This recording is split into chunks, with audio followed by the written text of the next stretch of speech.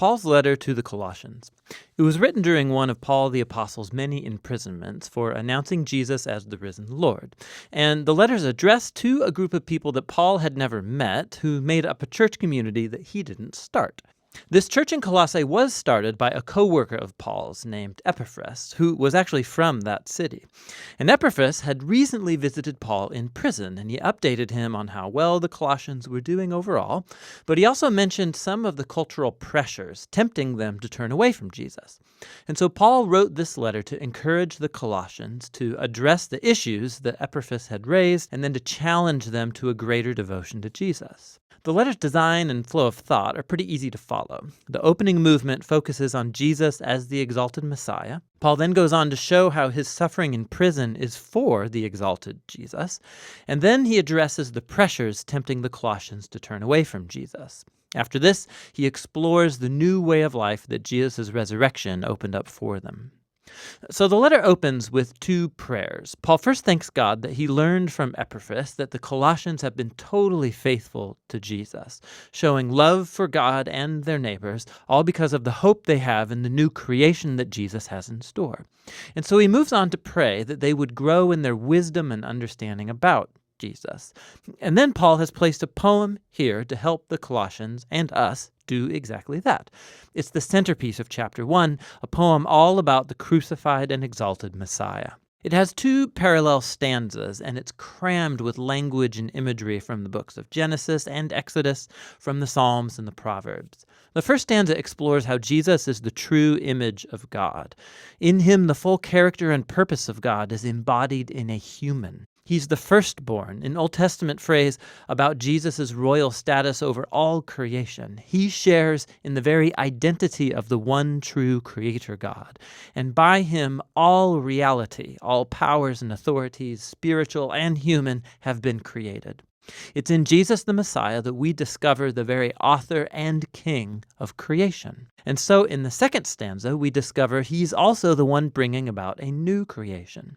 He's the head of a new body, which refers to Jesus' people, who are the new humanity, of which his own resurrection existence is a prototype. In him, God's glorious temple presence dwells, and so it's through Jesus' death and resurrection that God has reconciled himself to humanity, to all spiritual powers, to all of creation. It's a remarkable poem, and Paul will keep referring back to it as he goes on in the letter.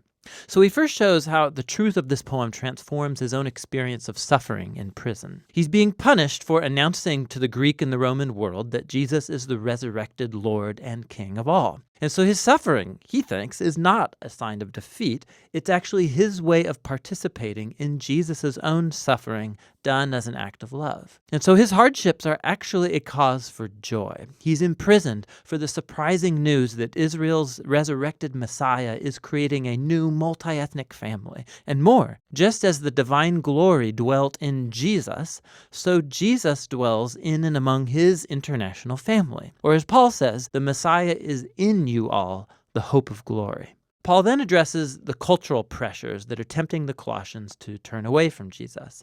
They were confronted by a combination of mystical polytheism along with a pressure to observe the laws of the Torah. So all these new Christians, they had grown up worshiping the various Greek and Roman gods who governed different arenas of human life. And many simply included Jesus as one more deity that they could worship. There was also great pressure from the Jewish Christian community for these non-Jews to complete their commitment to the Messiah by following all of the laws found in the Torah. Specifically, he mentions eating a kosher diet, observing sacred days, and circumcision. It's very similar to the problem he addressed in the letter to the Galatians. For Paul, to give in to either of these temptations is compromise. It's a failure to grasp who Jesus really is and what he did on their behalf. The Colossians used to live in fear of spiritual powers and elemental spirits, as Paul calls them. But Jesus triumphed over these through his death and resurrection. He freed the Colossians from any obligation to them. In the same way, Jesus fulfilled on our behalf all of the laws of the Torah, which never had the power to transform the selfish human heart anyway. And so what Jesus did in his life and death and resurrection, it lacks nothing. It doesn't need to be supplemented by following the laws. He is the reality to which all of the laws of the Torah were pointing anyway. Instead of the laws, followers of Jesus have the power of his resurrection to change them, which is what he goes on to explore. Following Jesus means joining his new humanity because their lives have now been joined to the risen Jesus' life. And this is why Paul challenges the Colossians to set their minds on things above, where the Messiah is seated or rules at God's right hand. Now, Paul doesn't mean here, think about how you'll one day leave earth and go to heaven. Rather, the heavens are the transcendent place from which Jesus rules now over all of creation. And from there, he will one day return here to transform all things. Or, as Paul says, when the Messiah who is your life is revealed, you too will be revealed with him in glory. So Paul challenges them to live in the present as the kinds of new humans they will one day become. He uses the image of their old humanity, characterized by distorted sexuality and destructive speech. For Christians, that humanity died with Jesus and has been replaced by his own new humanity, which is characterized by mercy and generosity, by forgiveness and love. And this humanity, it transcends the ethnic and social boundary lines of our world to create, in Paul's words, a people where there is no one Greek or Jewish, circumcised or uncircumcised, slave or free, but the Messiah is all and is in all people. Paul then gets really practical, and he shows the Colossians what this new humanity might look like in a first-century Roman household, which was a highly authoritarian institution where the male patriarch held the power of life and death over his wife and children and slaves. Not so in a Christian household. Here, the risen Jesus is the true Lord. And so, in the Lord, the wife allows her husband to become responsible for her, and the husband is subject to Jesus by loving his wife and placing her well-being above his own. In a home where Jesus is Lord, children are not objects, but are called to maturity and to respect, and parents are to raise their children with patience and understanding. Christians who are slaves are to honor their human masters precisely because they're not the real master. Jesus is. And Christians who have slaves are to understand the slave is not their property, but rather a fellow member of Jesus' body to be honored and embraced in love. And Paul's walking a very fine line here. He is reshaping the most basic Roman institution around Jesus, who rules by his self-giving love. And so while he doesn't abolish the household structure outright, the exalted Messiah demands that it be transformed, almost beyond the point of recognition for any Roman living in Colossae. You can see this most clearly in the letter's conclusion.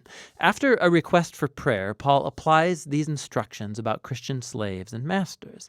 And we discover that Tychicus is the one carrying and reading this letter to the Colossians, and he's accompanied by a certain Onesimus, who was a former slave to a Colossian Christian named Philemon.